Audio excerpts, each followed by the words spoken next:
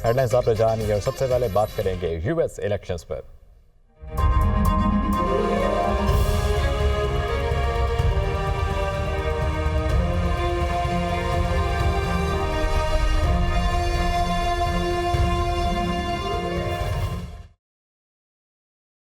America के सदारती इंतखाबात नताइज सामने आने का सिलसिला जारी है। ट्रंप 90 इलेक्टोरल वोट हासिल करके आगे, कमला 27 इलेक्टोरल वोट हासिल कर सकी।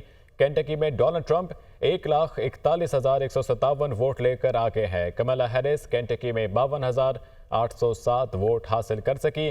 डोनाल्ड ट्रंप रियासत फ्लोरिडा, टेनेसी, मिसूरी से कामयाब हुए हैं। सेनेट में रिपब्लिकन की 42 और डेमोक्रेट्स 32 नशिस्तें हो चुकी हैं। इंडियाना में ट्रंप 2,83,550 वोटों के साथ पहले नंबर पर। कमला हैरिस 1,71,857 वोटों के साथ दूसरे नंबर पर हैं। अमेरिका की 23 रियासतों में वोटिंग का वक्त खत्म हो चुका है और वोटों की गिनती का सिलसिला जारी है। रियासत वर्मोंट, इंडियाना, जॉर्जिया, शुमाली कैरोलिना, मिशिगन में पोलिंग का वक्त खत्म हो चुका है। 24 करोड़ में से 7 करोड़ 80 लाख वोटर्स कबल अज वक्त वोटिंग का हक इस्तेमाल कर चुके हैं। कस्बे डिक्स वैली नस्ट में कुल 6 वोट कास्ट, 3 वोट ट्रंप और 3 कमला हैरिस ने हासिल किए। किसी भी उम्मीदवार को जीत के लिए 538 में से 270 इलेक्टोरल वोट दरकार है। हसन रजा हमारे साथ मौजूद हैं, जो कि इस वक्त वाशिंगटन डीसी में मौजूद हैं। हसन, बताइएगा इस वक्त क्या सूरत हाल देख रहे हैं? एक कांटेदार मुकाबला जो है वो जारी है। देखिए, इस वक्त अमेरिकी सदारती बात के हवाले से कुछ रियासतों के नताइज सामने जो है वो आना शुरू हो चुके हैं और लगभग अगर देखा जाए तो 538 में से जो चीज़ें सामने आ रही हैं तो वो डोनाल्ड ट्रंप जो हैं वो 95 नंबर के साथ आगे दिखाई दे रहे हैं। यूँ अगर देखा जाए तो 270 चाहिए होते हैं अब तक की जो है वो जितनी रियासतों के जो है वो नताइज सामने आए हैं उसमें डोनाल्ड ट्रंप 95 जो है वो वोट के साथ आगे हैं, जबकि कमला हैरिस जो है वो 35 के साथ जो है वो दूसरे नंबर पर जो है वो खड़ी दिखाई दे रही हैं। यूँ अगर देखा जाए तो अगर मैं रियासतों के जो है वो किन किन रियासतों के नताइज सामने है वो मैं सामने रखूँ तो मैरीलैंड से 10 जो है वो डेमोक्रेट जो है वो कामयाब हो चुकी है। इसी तरह न्यू जर्सी से अगर देखा जाए तो वहाँ का रिजल्ट अभी आना बाकी है और रोड आइलैंड से 4 जो है वो उनकी जो है इलेक्टोरल वोट थे, वहाँ से इलेक्टोरल वोट से 4 डेमोक्रेट जो है उन्होंने हासिल किए हैं। इसी तरह मैसाचुसेट्स से जो है वो 11 डेमोक्रेट्स वोट से वहाँ से इलेक्टोरल वोट से तो वहाँ से डेमोक्रेट ने 11 जो है वो हासिल किए और ये 1992 से लेके आज तक तमाम, क्योंकि ये डेमोक्रेट की स्टेट कहलाती थी। इसी तरह मैरीलैंड भी डेमोक्रेट की स्टेट कहलाती थी, वहाँ से इलेक्टोरल वोट जो थे वो 10 थे तो वो भी जो है वो हासिल करने में कामयाब ठहरे हैं। इसी तरह मैरीलैंड भी 10 उनके इलेक्टोरल वोट थे तो उन्होंने भी 10 वोट ही हासिल किए हैं। इसी तरह न्यू हैम्पशायर जो है यहाँ पर अगर देखा जाए तो सिर्फ 2000 में एक बार जो है वो जो बड़ा अपसेट हुआ था जिसमें 4 जो इनके इलेक्टोरल वोट थे तो वो जो है वो डेमोक्रेट से तब्दील होकर रिपब्लिकन पार्टी के पास गए थे, लेकिन उसके बाद 2004 से लेकर 2020 तक यहाँ से जो है वो डेमोक्रेट ही जीतती आई है तो अब भी डेमोक्रेट ने ही जो है वहां पर मैदान मारा है। इसी तरह फ्लोरिडा की अगर बात करें तो फ्लोरिडा में अगर देखें तो इलेक्टोरल वोट की तादाद 30 थी और यहाँ पर बड़ा कांटेदार मुकाबला देखने को मिला क्योंकि 2008 और 2012 में यहाँ पे डेमोक्रेट ने जो है वो मैदान मारा था, यहाँ पे कामयाबी हासिल की थी।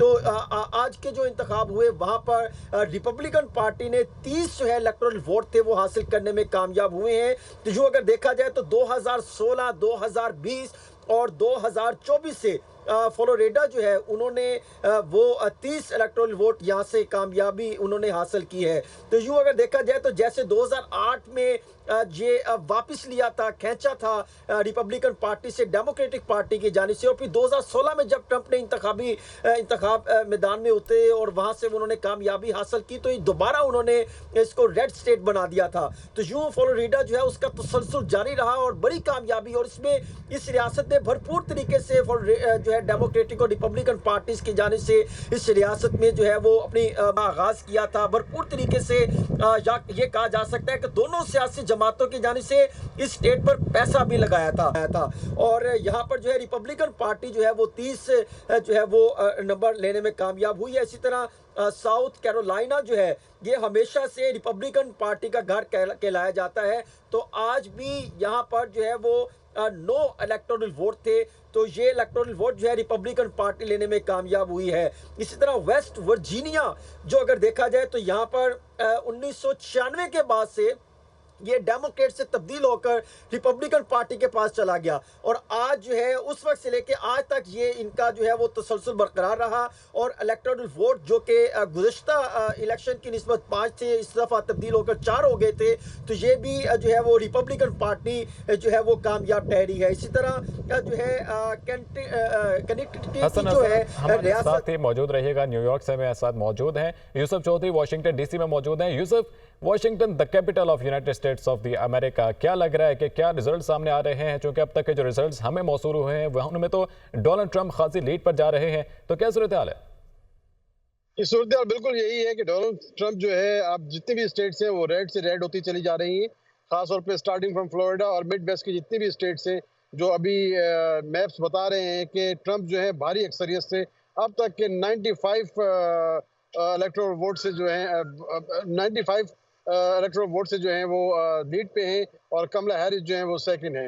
वेस्ट वर्जीनिया की जो बहुत ही अहम सीट थी सेनेट की, क्योंकि आपको मालूम है कि सेनेट में इस मौजूदा वक्त में 49-51 का रेशो है। 51 से डेमोक्रेट्स आगे हैं। अब ये 2 सीटें, एक वेस्ट वर्जीनिया और एक ओक्लाहोमा की भी प्रोजेक्ट की जा रही है कि तकरीबन वहाँ भी सदर ट्रंप जो है डोनाल्ड ट्रंप लीड कर रहे हैं, वो भी इनके हिस्से में आने वाली है। इसके अलावा मुतअद्दिद स्टेट्स हैं जहाँ जो कि फ्लिप होने जा रही हैं। ये कहा जा रहा है, प्रोजेक्शंस की जा रही है कि ये स्टेट्स भी फ्लिप हो जाएंगी, तो सेनेट में भी इनकी मेजॉरिटी हो जाएगी।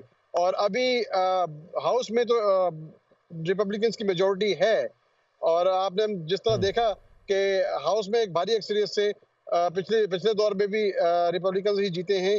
27 रिपब्लिकन्स हैं, जबकि 23 सीट्स जो है डेमोक्रेट्स के पास हैं। आई थिंक ये इस दफ़ा यही होना जा रहा है कि ओबामा की जो सेकंड टर्म थी उस वक्त भी ये था कि मेजॉरिटी ओबामा पॉपुलर वोट लेकर ओबामा जीत गए थे, मगर मेजॉरिटी हाउस और सेनेट में रिपब्लिकन्स की ही थी, जिसके बाद उन्हें बहुत मुश्किलात पैदा हुई कि मुख्तलिफ बिल्स पास करवाने हैं, मुख्तलिफ एडमिनिस्ट्रेटिव चीज़ें करनी हैं, तो रिपब्लिकन्स का पल्ला भारी था। तो अब भी यही लग रहा है कि ये होने जा रहा है। ताहम यहाँ पे जो थ्रेट्स हैं, FBI ने भी थ्रेट्स अलर्ट किया है कि मुख्तलिफ वीडियोस सोशल मीडिया पे सर्कुलेट कर रही हैं पोलिंग के हवाले से, कि पोलिंग ठीक नहीं हो रही है, पोलिंग में कुछ धांधलियाँ हो रही हैं। तो FBI ने ये कहा है कि वार्न किया है कि इस तरह की फेक वीडियोस पे जो है अवाम ध्यान ना दें, क्योंकि इस तरह का कोई सिलसिला नहीं है। हर चीज़ को मॉनिटर और क्लोजली वॉच किया जा रहा है। ताहम अब तक के हालात और रिजल्ट्स के मुताबिक डोनाल्ड ट्रंप की ही लीड दिखाई जा रही है। जी ठीक है, हमारे साथ ही हमारे नुमाइंदगान मौजूद हैं, हमें रिजल्ट्स के बारे में लम्हा बलम्हा अपडेट किए हुए हैं। आप साथ ही रहिएगा, ताज़ा खबर आप तक पहुंचाएं। Pakistani American Salman Bhujani Texas assembly का दोबारा रुकन बनने में कामयाब हो गए हैं। Pakistani American Salman Bhujani Texas assembly के दोबारा से रुकन मुंतखब होने में कामयाब हुए हैं, और एक ये बड़ी खबर है जो इसके बारे में आपको अपडेट करें। पाकिस्तानी अमेरिकन है ये सलमान भुजानी, जो कि इन इंतखाबात में शिरकत कर रहे थे। टेक्सास असेंबली का दोबारा रुकन बनने में कामयाब हुए हैं। अमेरिका के अंदर ये आम इंतखाबात जो हैं इस वक्त जारी है, और कांटेदार मुकाबला जो है डेमोक्रेट्स और रिपब्लिकन्स के दरमियान जारी है, और रिजल्ट्स जो हैं उनके आने का सिलसिला भी जारी है। वोटिंग का अमल भी दीगर रियासतों के अंदर मुकम्मल हो चुका है, और मुतादिद रियासतें ऐसी हैं जहाँ पर अब रिजल्ट्स जो हैं वो सामने आ रहे हैं, और पाकिस्तानी अमेरिकन सलमान भुजानी जो हैं वो टेक्सास असेंबली के रुकन बनने में फिर से कामयाब रहे हैं। और अमेरिकी इंतखाबात के अंदर जो रिजल्ट्स हैं वो हमारे सामने आ रहे हैं, और हमारे नुमाइंदगान हमारे साथ मौजूद हैं, अमेरिकी इंतखाबात को कवर कर रहे हैं, और यूसुफ चौधरी हमें अपडेट कर रहे थे। इसके बाद अजमत गिल हमारे साथ मौजूद हैं। अजमत, बताइएगा, आप सैन फ्रांसिस्को में मौजूद हैं, तो वहाँ पर क्या नताइज मुतवक्के थे कि जो नताइज सामने आ रहे हैं, या मुतवक्के नहीं थे, इनके खिलाफ आ रहे हैं? जी, मैं यहाँ कैलिफोर्निया में जो है वो अभी भी जो पोलिंग है वो जारी है, और 1.5 घंटा जो है वो अभी पड़ा है जो वोट की टाइमिंग खत्म होने में। इंतखाबी अमल जो है वो अभी जारी है, और इस वक्त जो है वो अचानक से जो पोलिंग स्टेशन है उन पे रश देखने में आ रहा है। तो ये डेमोक्रेट रियासत यहाँ पे जो वोट आएंगे तो वो भी डेमोक्रेट्स ही होंगे, लेकिन जो अभी इलेक्शन जो है वो जारी है। दूसरी तरफ मैंने बताता चलूं कि जो टेक कंपनियां हैं यहाँ पे वजूद रखती हैं, सिलिकॉन वैली है। सिलिकॉन वैली के जो बिलियनियर्स हैं, सीईओज हैं, वो इस सियासत में, इस इलेक्शन में पहली दफा बहुत ज्यादा असरअंदाज हो रहे हैं। जैसे टेस्ला के और ट्विटर के जो जो एलन मस्क है, दुनिया के अमीर शख्स, इस वक्त बहुत फ्रंट लाइन पे जो है वो रहे हैं। जबकि इससे कबल दुनिया के जो अमीर तरीन शख्स थे, बिल गेट्स, वो इस वक्त जो है वो हारिस को सपोर्ट कर रहे हैं। देखना ये है कि ये जो लोग हैं, ये जिस तरह असरअंदाज होते हैं, पैसा लगा रहे हैं, सोशल मीडिया के जरिए एक्टिव हैं, तो आने वाला रिजल्ट जो है क्या वो फर्क डालता है कि नहीं डालता। लेकिन ये रवायत जो है वो ब्लू स्टेट्स की है। लेकिन जो ट्रम्प जो अभी रेड स्टेट्स हो रही हैं, अगर यही इसी तरह कामयाबी वो लेते रहे तो जो 74 वोट हैं, जो कैलिफोर्निया के और ओरिगन के और वाशिंगटन स्टेट के इलेक्टोरल वोट जो है 74 हैं, मुझे लगता है कि अगर इसी तरह कामयाबी वो लेते रहे तो ये इलेक्शन यहाँ खत्म होने वो अपना अनाउंस कर सकते हैं। जी हसन, आप बताइएगा, न्यूयॉर्क के अंदर अब चूंकि नताइज जो हैं वो आने का सिलसिला जारी है, तो शहरियों का क्या कहना है और शहरियों की जानिब से क्या रद्द-ए-अमल सामने आ रहा है? देखिए, पाकिस्तानी निज़ाद जो थे आमिर सुल्तान, जो कि कांग्रेस का इलेक्शन लड़ रहे थे, उनकी जानिब से भी बड़े पुरुमीद है। हतमी तौर पे कुछ ही देर तक न्यूयॉर्क का रिज़ल्ट भी सामने आ जाएगा और वो बड़े पुरुमीद हैं कि वो कामयाब हो जाएंगे। और ख़ास तौर पे यहाँ से जो चीज़ें सामने आ रही हैं न्यूयॉर्क के मुख्तलिफ पोलिंग स्टेशन से, जो अब तक के मुख्तलिफ जगहों से मेरे पास रिज़ल्ट सामने आए हैं, उसमें जो है वो तकरीबन आप ये कह सकते हैं कि ज़्यादातर जगहों पर जो है वो डेमोक्रेट पार्टी जो है वो जीतती दिखाई दे रही है और कुछ जगहों पर जो है वो रिपब्लिकन पार्टी है। चाहे न्यूयॉर्क जो है वो हमेशा से डेमोक्रेट का ही जो है वो घर कहलाया जाता रहा, लेकिन यहाँ पर रिपब्लिकन पार्टी की जाने से भरपूर तरीके से इंतखाबी मुहिम भी शुरू की गई थी और भरपूर तरीके से जो है वो तमाम कम्युनिटीज़, चाहे वो मुस्लिम कम्युनिटीज़ हों और दीगर कम्युनिटीज़ हों, उनसे रब्ते किए गए और ख़ास तौर पर सिटी से हट कर दीगर जगहों पर उन्होंने एक अच्छी कैंपेन का आगाज़ किया था। लेकिन फिर उसमें यहाँ पर जो है वो माइकल सी स्लोगन वो भी खड़ी हुई थी और उनका भी ये जो है वो चीज़ें सामने आ रही हैं उनके उम्मीदवारों की जानिब से और वहाँ से भी पोलिंग स्टेशन से जो इलेक्शन कमीशन का जो बोर्ड है वहाँ से भी कुछ मुख्तलिफ चीज़ें सामने आ रही हैं कि वो भी शायद पूरी उम्मीद है कि वो भी जो है वो कामयाब हो जाएंगी। यूँ अगर देखा जाए तो मुकाबला जो है वो न्यूयॉर्क में किसी हद तक तो बताया जा रहा था कि सख्त है, लेकिन फ़िलहाल चीज़ें तो क्लियर हो रही हैं। अगर आप देखा जाए तो अब कुछ स्टेट्स का जिसका भी, क्योंकि कुछ ही देर तक इसका रिजल्ट सामने आ जाएगा, लगभग इसमें जो है वो तकरीबन 1.5 से 2 घंटे हो चुके हैं पोलिंग जो है उसका वक्त मुकम्मल हुए, लेकिन इसके साथ साथ दीगर रियासतों के रिजल्ट भी सामने आ रहे हैं। ओक्लाहोमा का रिजल्ट सामने आ चुका है, उसमें उसका जो रिज़ल्ट सामने आया है वहाँ से रिपब्लिकन पार्टी जो कि 92 से हमेशा जीती आई है, वहाँ से जो है वो ओक्लाहोमा जो है वो वहाँ से उन्होंने 7 इलेक्टोरल वोट कामयाबी हासिल की है। इसी तरह मिसिसिपी का जो है वहाँ से, वहाँ भी रिपब्लिकन का घर कहलाता था, वहाँ से 6 इलेक्टोरल वोट थे, वो भी कामयाब हुए। और अलाबामा वो भी जो है वो बिल्कुल रिपब्लिकन का वोट कहलाता था, वहाँ से भी जो है उन्होंने 9 इलेक्टोरल वोट जो है वो हासिल किए हैं। और लेकिन जो टेनेसी जो थी रियासत, वहाँ पर अगर देखा जाए तो 96 के बाद डेमोक्रेट से चेंज होकर रिपब्लिकन पार्टी का घर बन गया था और वहाँ पर जो है डेमोक्रेट की जानिब से भरपूर तरीके से इंतखाबी मुहिम शुरू की गई थी, वहाँ की कम्युनिटीज़ को अपने साथ जोड़ा गया। लेकिन अब जो रिजल्ट सामने आए हैं वहाँ से 11 इलेक्टोरल वोट थे, तो वो रिपब्लिकन पार्टी जो है वो कामयाबी हासिल कर सकी है। यूं अब तक के नताइज के मुताबिक जो इब्तिदाई हसन हमारे साथ ही मौजूद रहिए, हमारे दीगर नुमाइंदगान भी हमारे साथ ही मौजूद हैं। एक बार फिर से आपको आगाह करें, Pakistani American Salman Bhojani Texas assembly का दोबारा रुकन बनने में कामयाब हो गए हैं। इन इंतखाबात में अमेरिकी इंतखाबात जो हैं वो जारी हैं और रिजल्ट जो हैं वो आने का सिलसिला जारी है। पाकिस्तानी अमेरिकन सलमान भोजानी एक कामयाब हुए हैं और टेक्सास असेंबली के वो रुकन मुंतखब हो चुके हैं। पाकिस्तानी अमेरिकन है, पाकिस्तानी निजात हैं सलमान भोजानी। इसके अलावा भी कुछ पाकिस्तानी निजात शहरी हैं जो कि इन इंतखाबात में हिस्सा ले रहे थे, और अब तक जो रिजल्ट्स मौसूल हुए हैं उनके मुताबिक Pakistani American Salman Bhojani Texas assembly के दोबारा रुकन बनने में कामयाब हुए हैं। और जो दीगर उम्मीदवार हैं उनके बारे में भी जो भी अपडेट आएगी उसके बारे में आपको लम्हा बलम्हा बाखबर रखेंगे। पाकिस्तानी अमेरिकन सलमान भोजानी इस वक्त जो है वो असेंबली के दोबारा रुकन बनने में कामयाब रहे हैं। हसन रजा हमारे साथ न्यूयॉर्क से मौजूद है, यूसुफ चौधरी हमारे साथ मौजूद है वाशिंगटन डीसी से, हमें अपडेट कर रहे थे। यूसुफ, आप बताइएगा, ये एक शहर है जो कि कैपिटल कहलाया जाता है, तो सिक्योरिटी के सख्त इंतजाम किए गए थे, तो इस वक्त क्या सूरत हाल है, आप क्या देख रहे हैं? बिल्कुल सख्त इंतजाम हैं। अभी शाम की खबर यह है कि जॉर्जिया एवेन्यू जो कि एक मेन एवेन्यू है जो कि एंड करती है और मिलाती है पूरे वाशिंगटन डीसी और वाइट हाउस की सराउंडिंग को, उसको आज शाम बंद कर दिया गया है। हुकाम ये बता रहे हैं कि हो सकता है कल तक बंद रहे और या गैर मुअय्यना मुद्दत तक उससे मुल्लका सड़कें भी बंद कर दी गई हैं सिक्योरिटी पर्पज़ के लिए। और उसके हवाले से मैं ये बताऊं कि वाशिंगटन डीसी के भी 3 इलेक्टोरल वोट हैं जो कि काउंट नहीं होते हैं। उनका एक कांग्रेस वुमन है जिसका कांग्रेस वुमन रिप्रेजेंटेटिव का ओहदा होता है और उनके अंडर जो है 2 शैडो मिनिस्टर्स होते हैं, मगर इनको सदर चुनने के लिए इनका वोट काउंट नहीं किया जाता क्योंकि इनको ये हक जो मिला था 1961 में मिला था। उससे पहले वाशिंगटन डीसी डिस्ट्रिक्ट के रिहायशियों को वोट का राइट भी नहीं था। अब अलबत्ता जो अभी करंट जो है एलियन वो भी डेमोक्रेट रिप्रेजेंटेटिव हैं,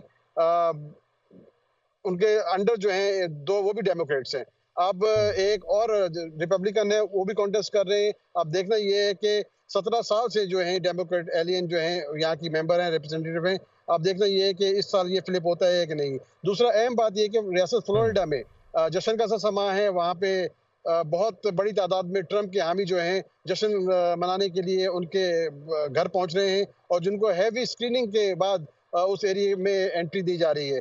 और ये भी बता चलूं कि रियासत वर्जीनिया की रियासत फ्लोरिडा की सियासी तारीख में सबसे पहला पाकिस्तानी मोहम्मद इम्तियाज शेख जिनका ताल्लुक पाकिस्तान हैदराबाद से है, वो पहले डेमोक्रेट थे और अब रिपब्लिकन की तरफ फ्लिप हो गए थे और उनके भी इतलात ये आ रही है कि बहुत करीब है जीत के, उनके जीतने की बहुत चांसेस हैं। तो वो भी फ्लोरिडा सेनेट के लिए मोहम्मद इम्तियाज जो हैं वहाँ से जीत जाएंगे। और इसके अलावा जो हम हाउस के लिए पाकिस्तानी अमेरिकन हैं पेंसिल्वेनिया से एरन बशीर, उनके भी रिजल्ट्स अभी आने बाकी हैं। उसके अलावा जिस तरह हसन ने बताया आमिर सुल्तान न्यूयॉर्क में हैं और दीगर रियासतों में छोटी सीट्स के लिए डेलीगेट्स के लिए बहुत से पाकिस्तानी मर्द और हज़रात पार्टिसिपेट कर रहे हैं अपने रियासती इलाकों में, अपनी रियासती असेंबलीज के लिए, अपनी रियासती सेनेट के लिए। ठीक है यूसुफ, हमारे साथ ही मौजूद रहिएगा। अजमत गिल का रुख करेंगे। अजमत, जहां पर आप मौजूद हैं वहां चूंकि रिपब्लिकन्स का गढ़ वो जगह समझी जाती है, तो क्या लग रहा है कि क्या आप एक्सपेक्ट क्या कर रहे हैं कि इस दफ़ा भी नताइज जो हैं वो रिपब्लिकन्स के हक में ही आएंगे?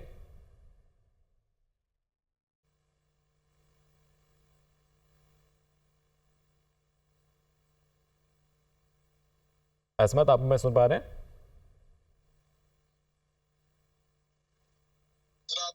इसमें से रब्ता करने की कोशिश करेंगे। न्यूयॉर्क में मौजूद हसन रजा हमारे साथ मौजूद हैं, उनसे गुफ्तगू आगे बढ़ाएंगे। हसन, अब आपने चूंकि तमाम इलेक्शन जो था भरपूर तरीके से कवर किया, तो आपको क्या लग रहा है कि किसकी कैंपेन ज़्यादा कारआमद जो है इन इलेक्शंस के अंदर साबित होने जा रही है? देखिए, अब तक की मैं ये अपडेट आपको देता चलूं, इस वक्त जो है डोनाल्ड ट्रंप 101 पर बढ़तरी हासिल रखते हैं, जबकि कमला हारिस जो है वो 52 इलेक्टोरल वोट के साथ दूसरे नंबर पर है। जो चंद एक रिजल्ट सामने आए हैं उसमें अगर देखा जाए तो मैसाचुसेट्स जो है रियासत, उसमें 11 डेमोक्रेट्स के थे इलेक्टोरल वोट, वो भी कामयाबी उनको मिली है। और इसी तरह वर्मोंट में डेमोक्रेट का ही जो है वो 3 इलेक्टोरल वोट पहले से कामयाबी होती रही, वहाँ से भी उन्होंने 3 वोट हासिल किए। मैरीलैंड से 10 जो है वो डेमोक्रेट्स के वोट थे, वो भी उन्होंने हासिल किए हैं। यूं 52 जो है वो कमाला हारिस के अब तक के जो है वो इलेक्टोरल वोट हैं और डोनाल्ड ट्रंप के 101 वोटों के साथ वो बढ़तरी हासिल रखते हैं। दूसरा जो है वो दोनों सियासी जमातों की जानिब से भरपूर तरीके से कैंपेन की गई और ख़ास तौर पे ये जो है माजी की निस्बत इस जो साल जो है इंतखाबी मुहिम में भरपूर तरीके से पैसे लगाए गए। मुख्तलिफ तंजीमों ने मुख्तलिफ दावे किए हैं, कोई 13 करोड़ जो है वो मिलियन डॉलर की बात कर रहे हैं, 13 मिलियन डॉलर की, कहीं पे 130 मिलियन डॉलर की बात हो रही है, कहीं पे 4 बिलियन डॉलर की बात हो रही है कि किसने कितना पैसा लगाया। मुख्तलिफ तंजीमें मुख्तलिफ जो है वो इदादो शुमार सामने रख रही हैं। अलबत्ता डेमोक्रेट्स की निस्बत रिपब्लिकन की निस्बत पहली दफा डेमोक्रेट्स की जानिब से एक बड़े पैमाने पर पैसा लगाया गया है इस इंतखाबी मुहिम के लिए, चाहे वो न्यूयॉर्क हो, वाशिंगटन डीसी हो, इसी तरह जो है मिशिगन हो, पेंसिल्वेनिया हो, विस्कॉन्सन हो और दीगर तमाम जो है 7 जो रियासतें जिसे बुनियादी रियासत कहलाया जाता है कि वहां से जो मैदान हासिल करेगा वो 7 रियासतों में 93 जो इलेक्टोरल वोट के लिए उन्होंने मैदान में जो है भरपूर तरीके से इंतखाबी मुहिम चलाई दोनों सियासी जमातों की जानिब से। वो हमने देखा कि वो डेमोक्रेट्स की जानिब से रिपब्लिकन की निस्बत ज्यादा जो है वो पैसा खर्च किया गया है। वो हमने यहाँ पे ग्राउंड में ये सिचुएशन देखी है। और फिर दूसरा ये कहा जा सकता था कि बड़े बिजनेसमैन, अब तक की जो इतला सामने आ रही थी कि 83 जो है बिजनेस जो बड़े बिजनेसमैन है वो डेमोक्रेट्स के साथ थे, लेकिन जो 53 के करीब बड़े बिजनेसमैन का नाम लिया जाता है वो रिपब्लिकन पार्टी को सपोर्ट कर रहे थे और वो शायद वो 83 से ज्यादा असर सुख रखते थे। इसी तरह ये बहुत असर पाया जाता रहा। और फिर हमने देखा इस पूरी इंतखाबी मुहिम में जो सोशल मीडिया का किरदार था, टिकटॉक थे, इसी तरह ट्विटर था और दीगर जो सोशल मीडिया का इस्तेमाल किया गया, वो जो है वो यूएस प्रेसिडेंट के इलेक्शन 2024 में हमने देखा उसका बहुत ही अहम जो है वो इंतखाबी मुहिम में उसने अपना किरदार अदा किया है सोशल मीडिया में और वहाँ पर भरपूर तरीके से पैसा इन्वेस्ट किया और इंतखाबी मुहिम में जो इनका बयानिया था, जो मैनिफेस्टो था, उसके निकाल कर उन चीज़ों को वहाँ तक पहुँचाने के लिए इकदाम करते रहे। और ख़ास तौर पर जो मंशूर था उसको यूथ के साथ अट्रैक्ट किया गया ताकि यूथ के जरिए अवाम में उसको पजीराई मिल सके, घरों में ये उनका बयानिया जो है वो जाया जा सके। और हमने देखा कि 2016 के इलेक्शन उठा के देखें, 2020 का इलेक्शन उठा के देखें, इस बार जो है वो मैंने अपने मैनिफेस्टो को लेकर मुख्तलिफ डिविजन्स की शक्ल में इसको अवाम के अंदर उतारा, घरों में इसको डिस्कशन के लिए लेकर गए और पम्फलेट जो है वो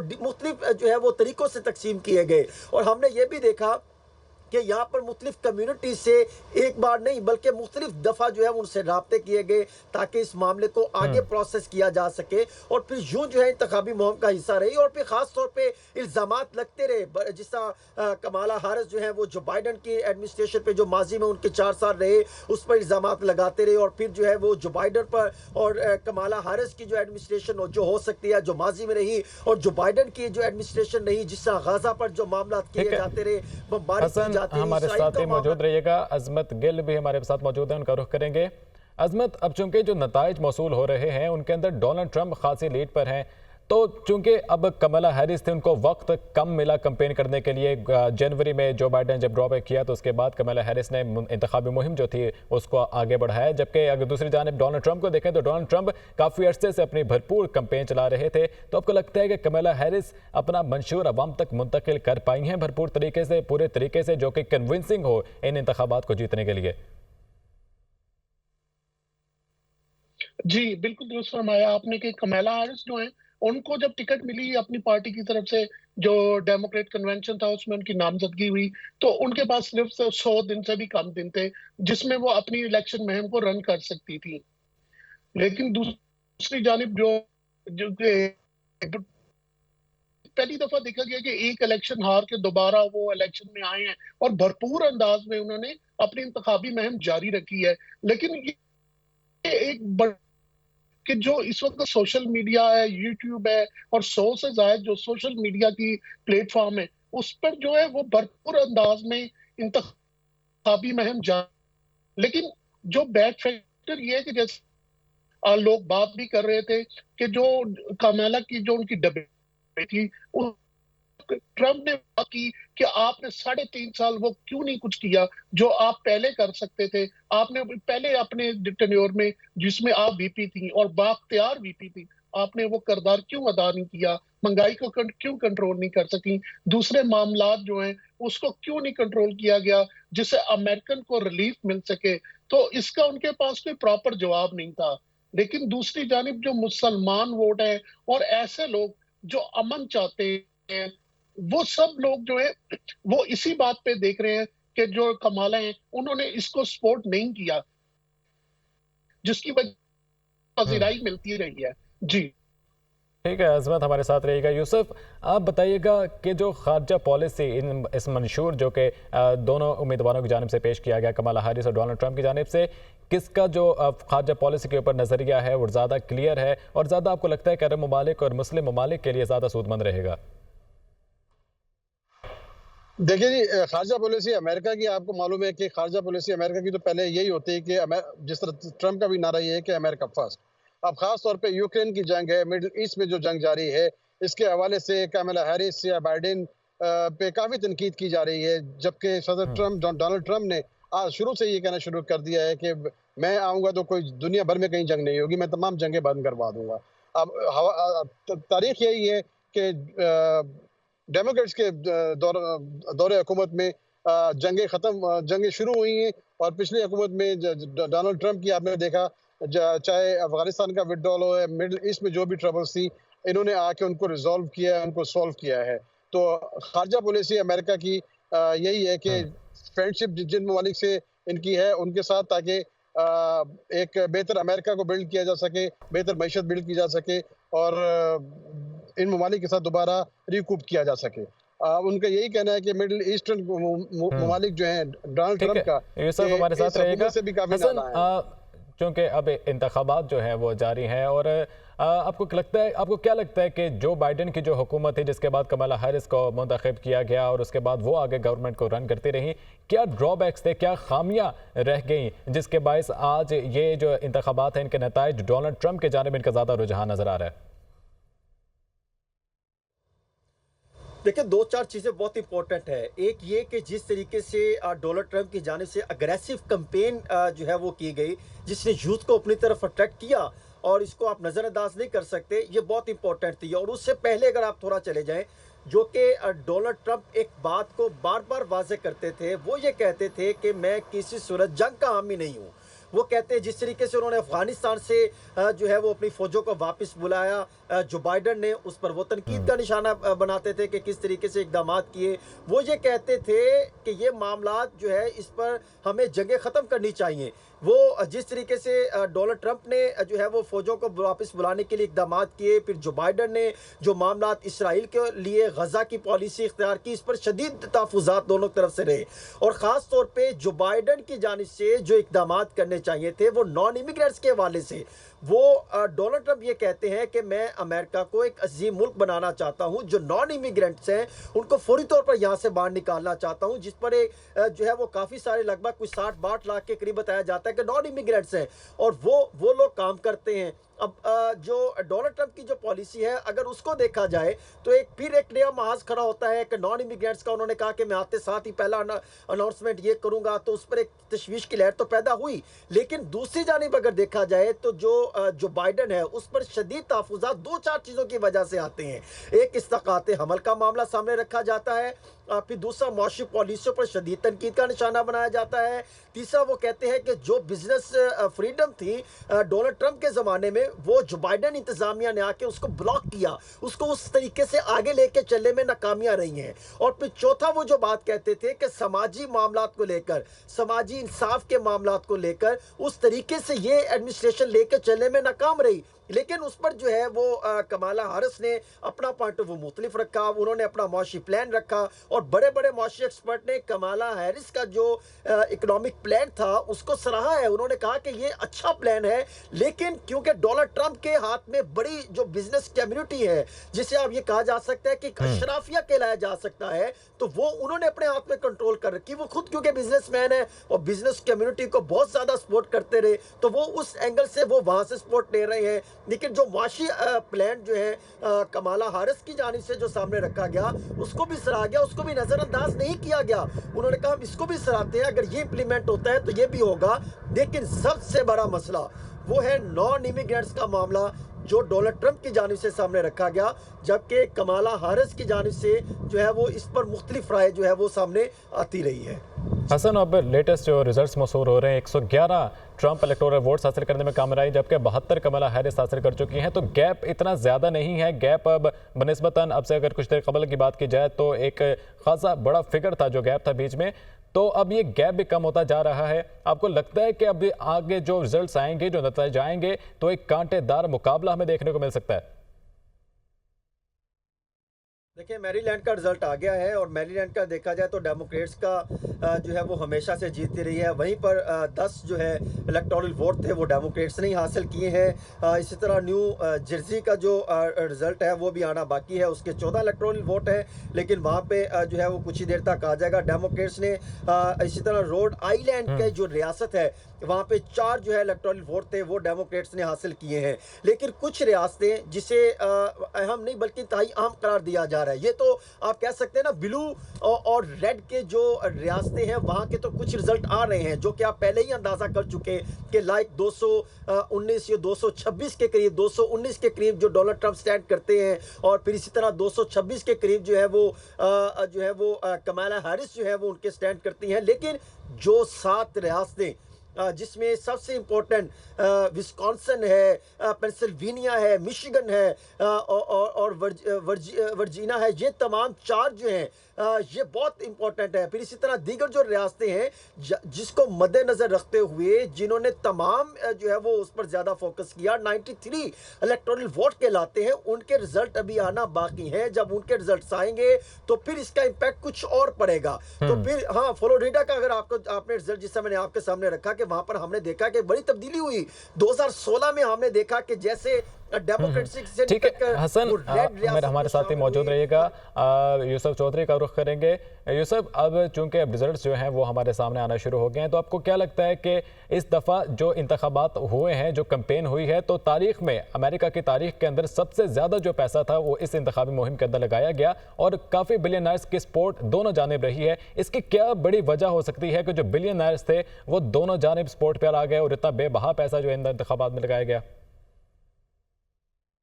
कि मुल्क की मईशत इकॉनमी बहुत ज़्यादा ख़राब है और आप रिकॉर्ड अखराजात किए गए हैं इस इलेक्शन पे अमेरिका के। जैसा कि मैंने अभी आपको बताया कि एलन मस्क एक्स के जो सीईओ हैं वो उन्होंने अनाउंस किया है कि वो फंडिंग तो कर ही रहे हैं ट्रंप को। उन्होंने ये अनाउंस किया है कि $1 मिलियन उनके वोटर्स को बज़रिया कुरानदाज भी वो दे रहे हैं और अब तक कई अफराद को वो $1 मिलियन दे चुके हैं जो कि ट्रंप के सपोर्टर हैं। और इसके अलावा अहम बात ये भी बताऊं कि जिस तरह भी 2 सीटें फिलिप हुई हैं सेनेट की, वेस्ट वर्जीनिया और ओक्लाहोमा की, हम सिर्फ अभी इलेक्शंस को देख रहे हैं। हमें ये भी मालूम होना चाहिए कि 11 गवर्नर्स के इलेक्शंस भी हैं इस बार और 34 सेनेट की सीट्स पे री इलेक्शन होने जा रहे हैं। वो भी एक बहुत बड़ा फ्लिप और सेटबैक हो सकता है। जब तक उसके रिजल्ट आते हैं उसको देखना होगा कि वो मेजॉरिटी किसकी होती है। मगर अगर पॉपुलर वोट देखें, पॉपुलर वोट हम देखते हैं कि 2016 में पॉपुलर वोट हिलरी क्लिंटन के हक में थे, मगर फिर इलेक्टोरल वोट के जरिए सदर ट्रंप ही प्रेसिडेंट बने। तो ये बहुत ही मामूली सा फ्रैक्शन होगा कि पॉपुलर वोट किसके ज्यादा हैं, मगर एक्चुअल काउंट जो है हमारा उस पे है इलेक्टोरल वोट पे। तो अभी सिलसिला जारी है, वोट के ऊपर ही डिसाइड करेंगे और क्या नतीजा निकलता है। अजमत, अब इंटरनेशनली जो सूरत हाल हमारे सामने है और इसराइल और फ़लस्तीन का तनाज़ा और जिसके अंदर ईरान भी इन्वॉल्व हो गया और उसके बाद अब इस वक्त जो लबनान की सूरत हाल है, आपको क्या लगता है कि जो आने वाला सदर है वो किस तरह से इन चैलेंजेस को कोप अप करेगा? आपको लगता है कि जंग बंदी के कोई इम्कानात जो हैं वो रोशन हो सकते हैं, कोई खुशखबरी इस हवाले से भी मिल सकती है?